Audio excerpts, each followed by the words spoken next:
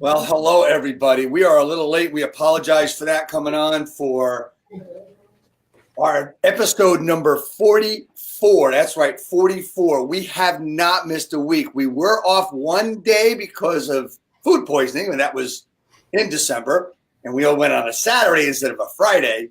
But here we are.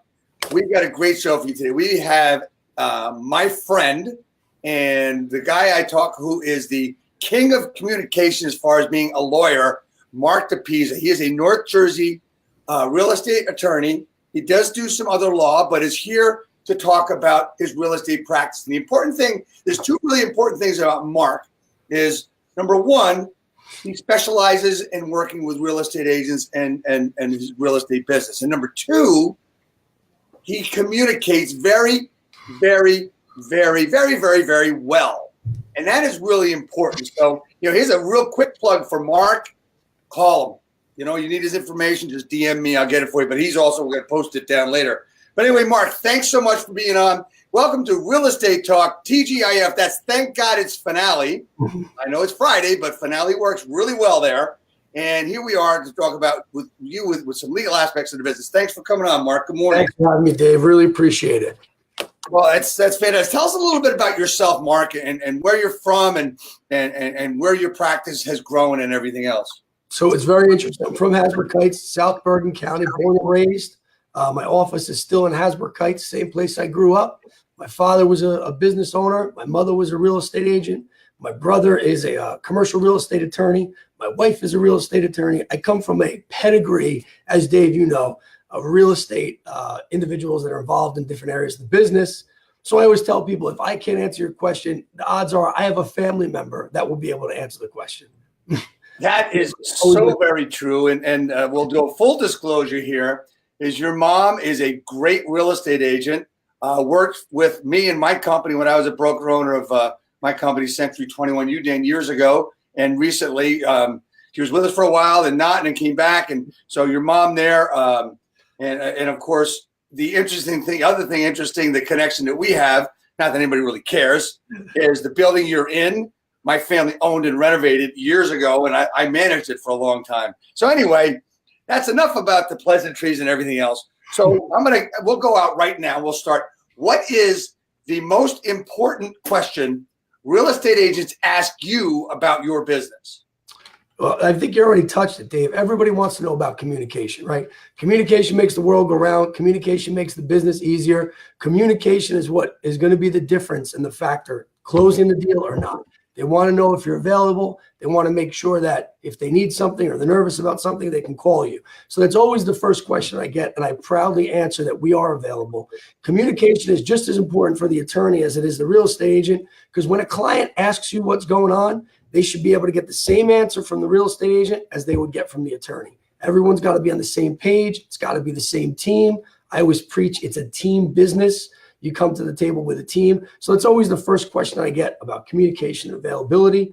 And if you're going to practice in this area of law, you already said it. You need to be available and you need to communicate. And, I've proudly been successful at that for a long time. And my wife, who's my partner, is the same exact way.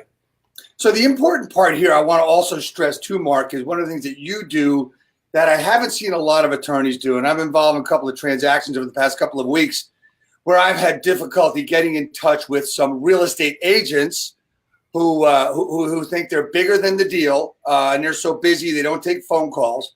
But I think that's and you know what, that's just probably something that's been bothering me this week. As you know, we've talked about it. And the other thing is that you respond to people for the most part. If it's quick, it's text or email, and you always make sure that you're giving them information. Everybody's always on the same page, which is really, really important. And if you've got to talk to somebody, you do that. And that's what you look for, I believe, in a real estate attorney and in the team aspect. So let's take that the next step now, okay? So you see a lot of real estate agents. I always believed that in my own experience, I've heard real estate agents complain that the other side of the transaction, the real estate agent, is not doing their job. And I tell them, hey, be happy because you have better control over the entire transaction. But one of the things you've talked about in our discussions this week to prepare for this is you talked about real estate agents, and the phrase you used was stay in their lane. Expand on that, go as deep as you want to with that, if you would. Great topic. I talk about it regularly when I give seminars at offices.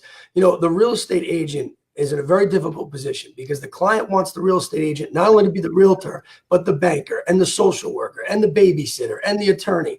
And it's tough for the realtor because the realtor wants to have all the questions because they are really the first line of defense with the client and then bring everyone to the professionals. So what I try to tell the realtors is, look, you have a team of professionals that are specialized in each area of the transaction. So when a client asks you a question and you don't know the answer, or you think someone else might have a better answer, you don't ever want to say, that's not my job. You don't want to say hands off.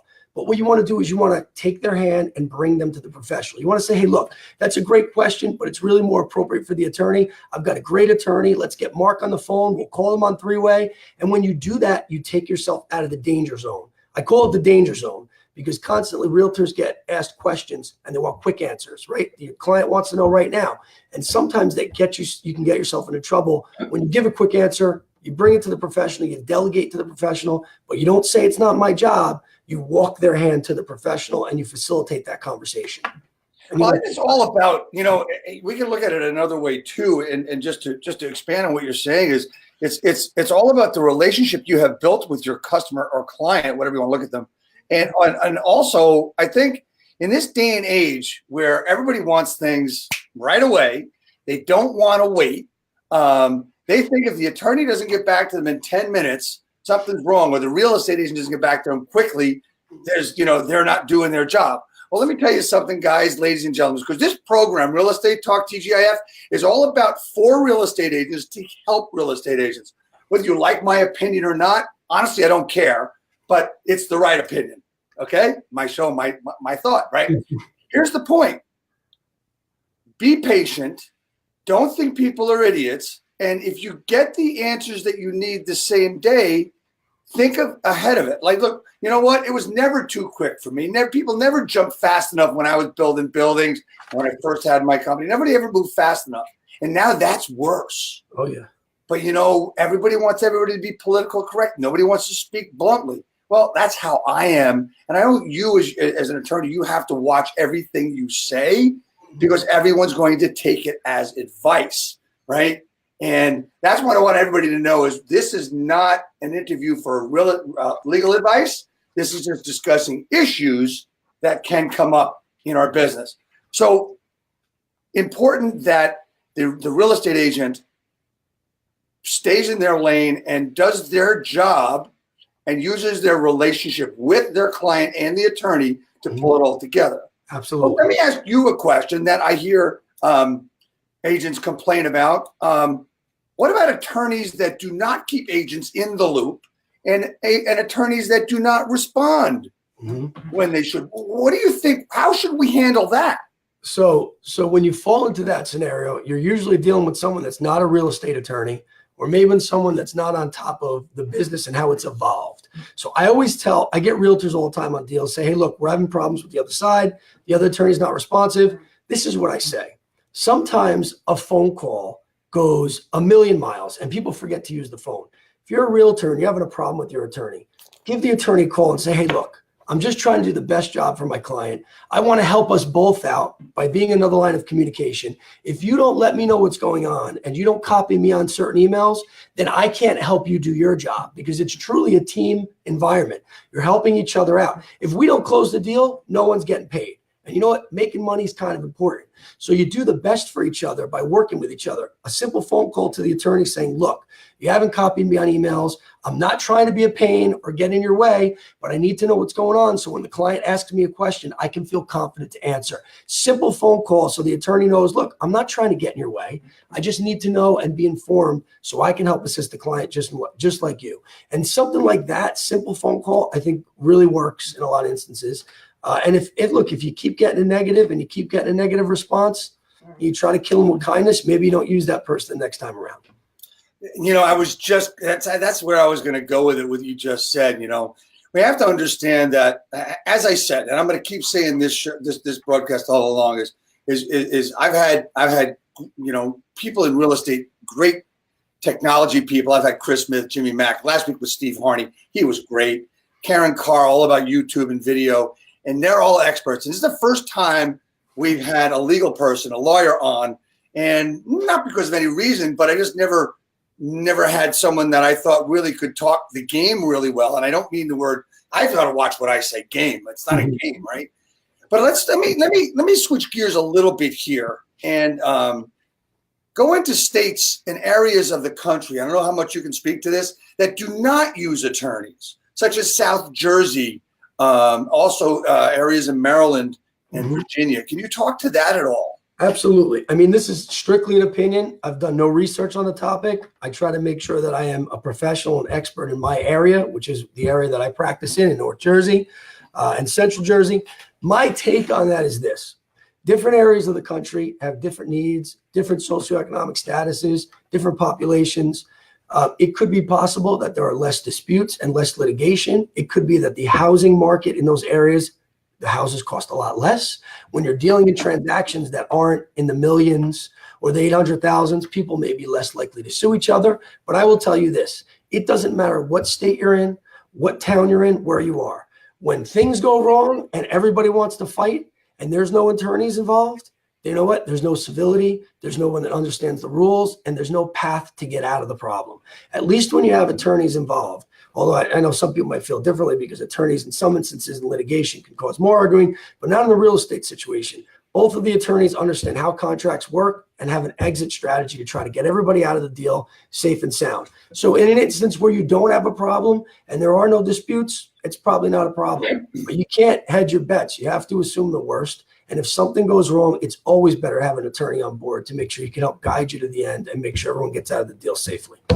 So yeah, you talked a little bit before about communication with attorneys, and I want to bring that into it as well. And I mean, basically, having legal representation is going to increase your costs when you don't have to, where title companies do the work. And you know, nowadays, especially in our area, title companies are more and more involved in helping us get stuff done. But there's also another issue that has come up. It's come up with me personally, where you have an out-of-state attorney trying to run the show. You know, this comes up, not a lot, but if like, okay, so everybody from all over the country, whether you're looking to watch this live or watch this later, there's going to be a chance, like we've seen New Jersey transactions and have New York attorneys. That creates issues. The reason it creates issues is because the rules and the laws and how and the processes are different. How should we handle that, Mark? Great question. Big misconception. People that don't understand how the law works. Every single state is different and has their own laws, especially when it comes to real estate. Not only is the process different, but the laws and the way in which things are done are different. So the first thing is an attorney should not be practicing real estate in a state that he's not licensed in. He should be licensed in the state where he's practicing. Now, there are some attorneys that are licensed in New York and New Jersey, but the processes are different. The way things are done are different. So unless this is someone that has practiced in the state for a period of time and understands the ins and outs of real estate transactions, it's definitely a red flag. It's a red flag for numerous reasons. It can cause massive delays on the transaction. It can be the difference between the transaction closing and not closing. So if you come in contact with an attorney that wants to do a deal that's not licensed, as the realtor, I would have a conversation with the client and tell the client, look, for whatever reason, and however you came in contact with this attorney, let's just confirm that he has done New Jersey transactions before and he is up to speed on how New Jersey transactions are to be carried out and the process. It's the best you can do. And a lot of times too, sometimes it happens with banks and stuff, even with refis. You know, my story is I did a refi and I had to deal with a New York bank, and it was horrible. It was horrible. Absolutely horrible. But, you know, I digress. So let's get into some other really cool issues that agents have to deal with. Now with, you know, with the way our inventory is still low. There's more inventory today in 2019 than there was today in 2018. Probably about some areas 5%, some areas 15%, but the inventory is up. But still not where we would like to see it in what we used to call a normal market, which we're getting close to, but we haven't seen since really 03, 04, right?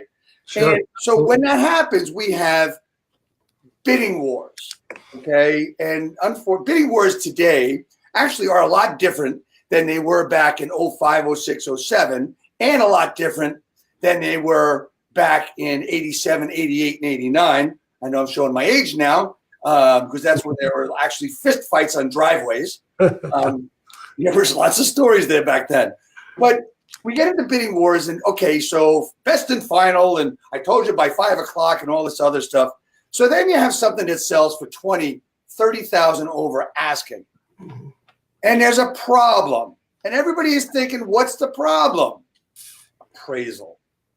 So talk to us about that scenario and what's the best way to handle it, and or what you've seen happen, because somebody just won a bid 30,000 over and the person that bid 15 over lost out, and maybe you would have appraised for that. So talk to us about that. Great topic, Dave. Certainly something that's frustrated to everyone that's involved because, as you know, the appraisers operate on their own island. They're going to come out, they're going to make their own assessment, and it doesn't matter what anybody says unless you're going to be able to get a challenge or whatnot. What the appraiser says is what they believe the house is worth, and that bank is going to utilize that in order to apply it to the mortgage, whether or not they're going to give the mortgage or not. The frustrating scenario is when you have a house that's selling for $500,000 and it appraises for $495, right? To someone like me, that should never happen. If you're going to appraise at $495, I would hope that it would appraise for $5. But for whatever reason, it doesn't. So it's frustrating because of what you said. In a normal circumstance, when you're not in a bidding war, if the house doesn't appraise, what most attorneys are doing today is all bets are off. We signed a contract with the understanding that this house was worth $500,000, but it's appraising for less. The parties could either renegotiate to try to find some common ground, or either party can walk away. That's the way that most attorneys are dealing with it. But what you said is certainly a unique situation that's difficult. What about when you have 5 people that bid on this house over asking? They know the house is only worth 5, but they're going to bid 520 in order to win the bid. Now you have someone that bid 520 that wins the bid at 520, but the house appraises at 495, and then what? They get to negotiate all the way back down, even though they were the top bidder. A very difficult situation. It's certainly a gray area. The best thing to do, and what I've found advantageous when I come into this, is I pick up the phone, I call the attorney when they have a bidding war, and we discuss what may happen in this situation. And what we've tried to do with the parties, assuming they're all in agreement, is this. If there's a bidding war and someone comes in 20,000 over asking, you work on a provision of the contract that everyone feels is fair. Something like this. If the house appraises at only $5,000 less, will the buyer still agree to proceed at 520 since they won the bid at 520? If the house appraises at less than 5,000, let's say it's a $500,000 house, it only appraises at 450. Then all bets are off because that's a lesser value than what you were anticipating, and everybody can renegotiate. So you work in a threshold into the contract that both the buyer and the seller agree with, that say, you're bidding over asking. We say the house is worth 5 and you're bidding 520. If it only appraises at a little bit less, you shouldn't be able to come all the way back down, but you make sure all parties are in agreement with that before moving to the next step. I hope everybody that's watching just heard what you said. And I know they did, and I want to reiterate it the way I heard it, is that prior to the appraisal, you're agreeing how it's going to be handled if it does not appraise. Right? In attorney review, I would do it. That's when I do it. You see, everybody, that makes sense. Another reason to use this guy. Anyway, so I got another question for you when it comes to the appraisal. So it doesn't appraise. Let's say, let's use 520 and appraises at 500. Does the buyer have the opportunity to bring an extra 20,000 in cash to the closing to make up for that 20 it didn't appraise? So really that discussion needs to be between the buyer and the lender. The loan at the end of the day governs a lot of the transaction, because if the loan isn't cleared and the buyer doesn't get the mortgage, it's not going anywhere. So really, in terms of bringing additional funding to one of two things will happen, Dave. If it underappraises and the property is still going to go forward, you talk to your lender. The lender will either cover the difference with adding more to the mortgage, or they'll say, look, we're not going to give you more money because the appraisal, you need to come to the table with the additional amount. That conversation always should be had with the lender as soon as possible if we think we're over asking and we think there may be an appraisal problem, because then it gives the buyer the opportunity to assess how their loan may change. Am I going to have to add $20,000 to my mortgage, or am I going to have to come to the table? Two very important things that a buyer needs to be aware about. And again, all of that is done in attorney review early on, so we avoid the delay and we avoid the obstacle later. Now for a little comedic relief. So I say that because I'm going into that 4-letter word cash, right? Someone wants to come and they want to pay for the house cash, right? Sure. I know you've seen some funny stories, some funny things about this. And tell us, what is the proper way to pay for something cash that you actually have the cash? What's the proper way to do that? So just really quickly to clarify some things, when in a normal circumstance, when a buyer is purchasing a home cash, all that means is they don't have a mortgage. They're not going to have a mortgage. They're going to buy it with cash. That doesn't mean that the buyer is supposed to bring a bag of cash to the closing and drop it on the table. And, I get this with some foreign clients. I've had some clients call me from other countries that were moving to New Jersey that want to buy a property. They say, oh, I'm going to buy cash. They tell me they have proof of funds, and they send me a picture of cash on the bed. That's not what we're talking about when we talk about cash. In our country, in our state, you have to pay something called taxes, right? And the government needs to make sure that whatever you're using, whatever money you're using, we have the transfer tax in the state of New Jersey, that things have to be done appropriately. So if in fact a client is going to purchase something with cash, what they mean by cash is a bank certified check. The money is in a bank somewhere. It's not under your mattress. It's in a bank. You're going to bring a bank certified check to the closing. The bank is certified that, yes, the funds are in our bank and they're available for you to use to buy this property. That is the proper way to do it. That is the only way to do it. If you bring a bag of cash to closing, not only should the attorneys have a problem with it, but I'm sure the title companies will have a problem with it. So the money needs to be in the bank and a bank certified check needs to be brought to closing. So when we say they're buying it cash, the cash is in an account in a institution somewhere. Correct. Not a mental institution, but a financial institution, right? Yes. Sometimes we feel like they're not actually going to start counting out hundreds. Yeah. $100,000 bills. Well, they used to be, and it used to be. If you go to Vegas, you can see an actual $10,000 bill. Sure. But anyway, I digress. So we handle appraisals. We've handled communication. We've handled cash.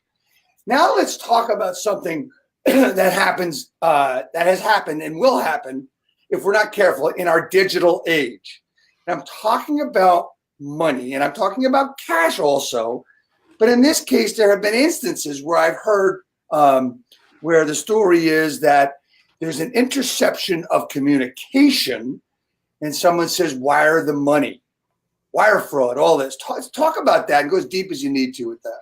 I'll tell you what, great topic. Certainly something that everyone needs to be fully aware of.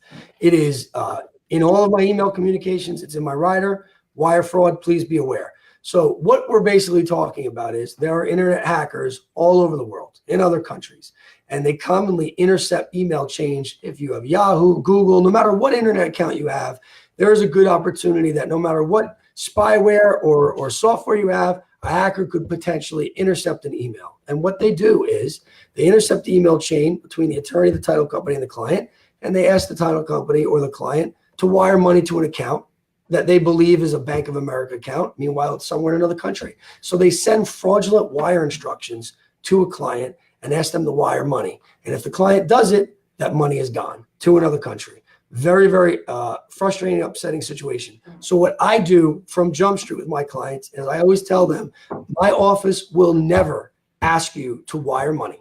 If you ever get a communication from someone during our transaction asking you to wire money, you are to call my office immediately to make sure we can get on it and make sure that everyone's safe and there's no problems. So the title companies have been very, very good at putting safeguards into their process as well.